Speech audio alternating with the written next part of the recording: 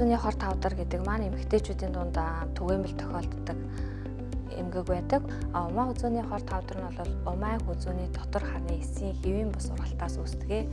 80 орчим хувь нь хавтгай хүчээр эсээр үүсдэг бол үлдсэн цөөхөн хувь нь бол булчирхайлаг хүчээр эсээр үүсдэг. Умаа үзүүний хавдартаа бол эмэгтэйчүүд тодорхой насны ангилалтай эсийн шинжилгээнд хамрагдах шаардлагатай байдаг. 30-аас 60 насны эмэгтэйчүүд хамрагддаг. 30, 33, 36 гэх мэтчлэн 3 жилийн зайтай бол умаа үзүүний эсийн шинжилгээндээ хамрагдаарай гэж уриалмаар байна.